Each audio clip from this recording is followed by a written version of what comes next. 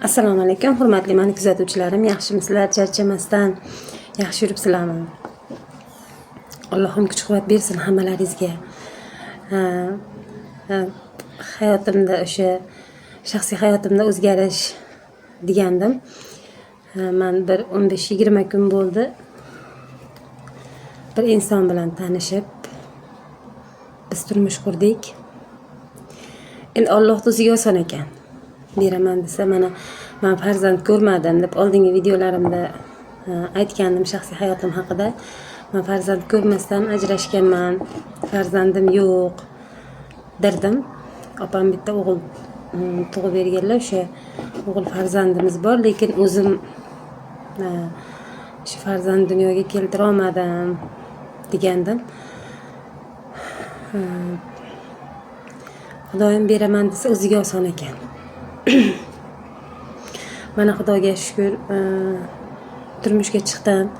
Turmush o'rtog'im mendan 11 yosh kattalar. Allohim umrlarini uzoq qilsin. Keyin mana Xudoyim beraman deb hammasini berdi. Birdaniga menga. Farzandlarimiz ham bor, mana qizlarimiz bor. 4 ta nabiralarimiz bor. Mana bu bo'lib buvijon bo'lib o'tirish bizga ham nasib qildi. Buning uchun Allohimga behisob shukr aytaman. Juda ham xursandman. Allohim yomon ko'zlardan saqlasin. Shunaqa.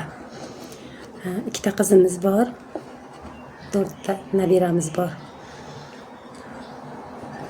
Shunaqa. Endi Allohim hammaga chiroyli baxtlar bersin.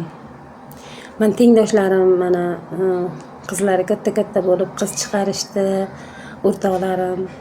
Endi o'g'il uylaganlari yo'q, qiz chiqarib, nevaralar ko'rishdi. Mana Xudoyim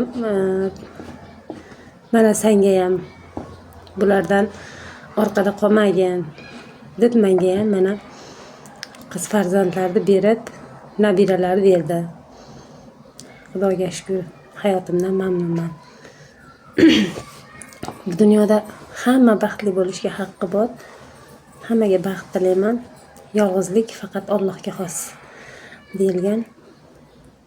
Hamma baxtli bo'lsin. Hamma ser farzand bo'lsin. Hamma ser davlat bo'lsin. O'zingizlarga ehtiyot qilinglar, sog' bo'linglar, salomat bo'linglar.